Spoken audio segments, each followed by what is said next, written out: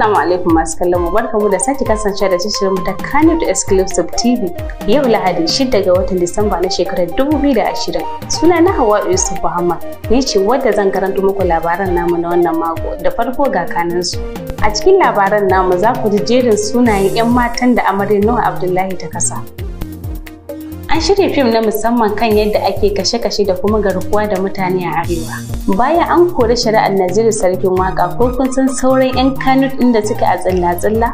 Sabon shirin fim ɗin nan mai suna Face ya kafa babban tarihi a Kannywood. Kar ku manta ku yi subscribe a YouTube channel ɗinmu mai suna Kannywood Exclusive TV domin samun labarai da zarar mun ɗora. A ranar Juma'a ɗin da ta gabata 4 ga watan Disamba na shekarar 2020 aka ɗaura auren fitaccen jarumin fina-finan Hausa Nuhu Abdullahi da amaryarsa Jamila Abdulnasir wadda ake yi wa laƙabi da Siyama. An ɗaura auren su ne a masallacin Juma'a na Alfurqan da ke unguwar Nasarawa a birnin Kanon Dabo akan sadaki naira 100,000. Nuhu Abdullahi shine wanda yake fitowa a matsayin Muhammad a cikin shirin nan mai dogon zango mai suna Labari na da ake nunawa a gidan talabijin na Arewa 24. Wannan auren ya samu halartar abokan aikin jarumin wato jaruman Kannywood da sauran iyayen gidansa, 'yan uwa da abokan arziki. Kafin ɗaurin auren an yi shagulgulan da suka hada da ƙwallon kafa da kuma kamu. Ga wakilinmu Mubarak Abubakar ɗan Kano da ƙarshen rahoton. Hausawa sun ce rana dai ba ta ƙarya sai dai uwar ɗiya ta ji kunya.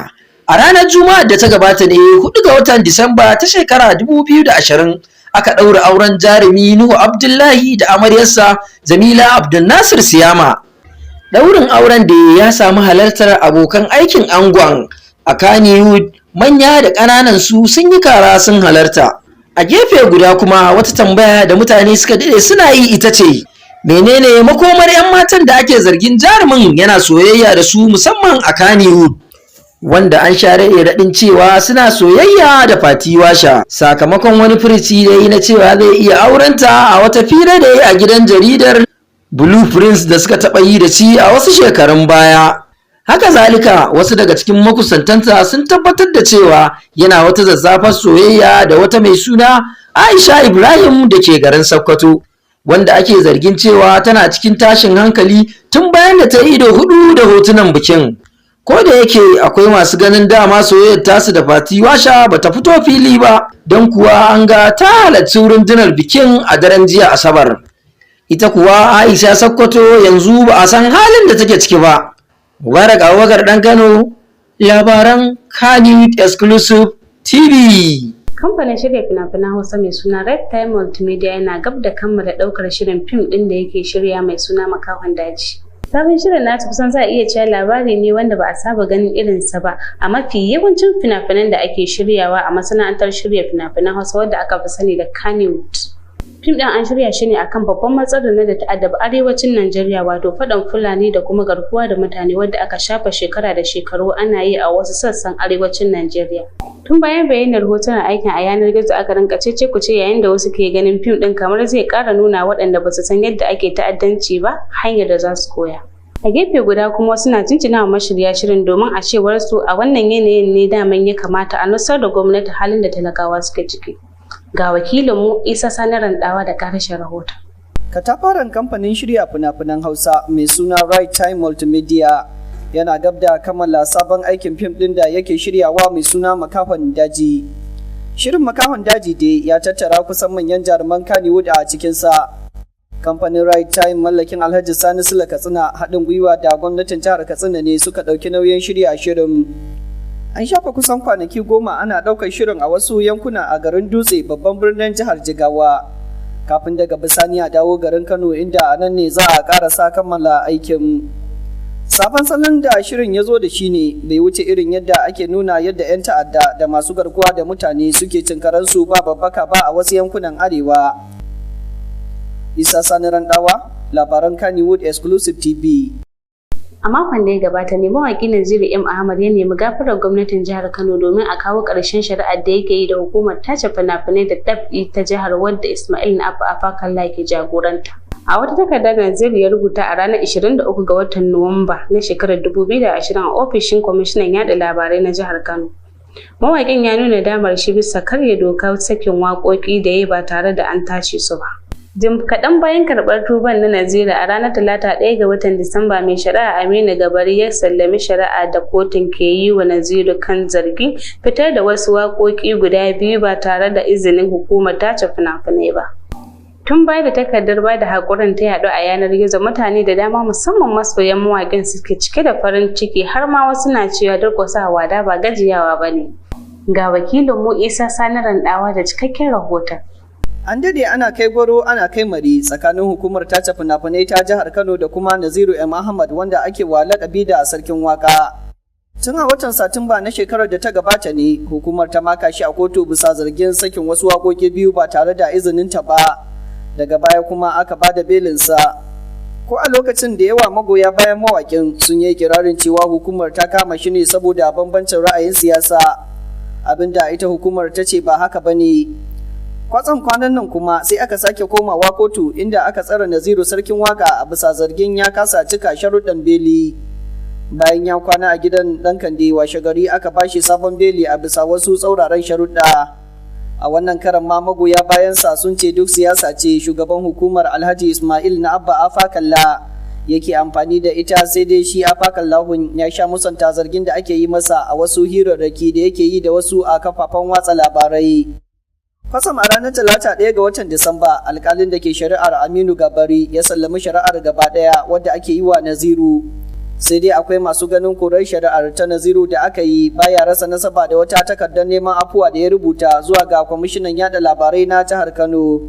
A bisa kuskuren da ya yi na sakin waɗancan waƙoƙin da ake tuhumar ya sake su ba bisa ka'ida ba. Bayan korar shari'ar tasa sai kuma kallo ya koma sama game da sauran shari'o'in da hukumar take yi. Da wasu 'yan Kannywood irin su Sadiq Zazzabi da kuma Sanusu Aska Popoto, inda wasu ke hasashen matukar su ma basu bada irin hakurin da Naziru ya bada ba, to ba za su fita daga tsilla-tsilla ba.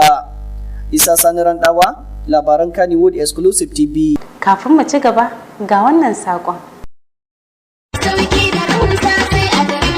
Ai in ka ji gangami da labari, Greenhouse Katsina ruwan dare gama duniya sun kawo kayan electronics. Za ku samu manya da ƙananan fridge ga kuma TV plasma generators da fankoki masu ɗaukar caji. Kuma leƙa ɓangaren kayan haɗa jikuna da takalma na mata, kayan kwalliyar doki ga sunan kala-kala. A Greenhouse Katsina akwai ɓangaren ɗinkakkun kaya wato zo da wanka na mata da na maza ga sunan kala-kala. Suna kuma da manya da ƙananan yadika, shaddoji, yadika 'yan kwatalo, dukan 'yan makaranta nau'i kala-kala. Kamfani da shi ke ɗasawa, sauƙi da rahusa waje gidan house kaya an kawowa. Suna kuma da manya da ƙananan yadukan a baya ga sunan kala daban-daban. Muna da teloli kuma nan take a ɗinka maku. A Greenhouse akwai kuma ɓangaren kekunan ɗinki, a inda za ku samu sababbin kekunan ɗinki da tuwaras haɗi da na hannu cikin sauƙi da rangwame da rahusa. Ga kuma kayan gyaran su. Akwai kuma ɓangaren kekunan saƙa saboda mata masu aikin saƙa. Muna kuma da shagon kayan aski, za ku samu kilifofi manya da ƙanana na mata da na maza, ga fitilu masu ɗaukar caji,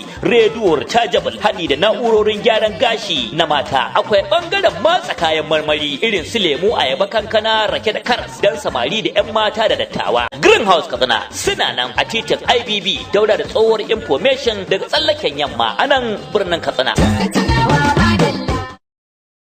Sabon shirin fim din nan mai suna Fati, wanda ake ci gaba da nunawa a gidan kallon fina-finai da ke cikin Ado Bayero Mall akan titin Gidan Zoo, yana shirin kafa tarihi.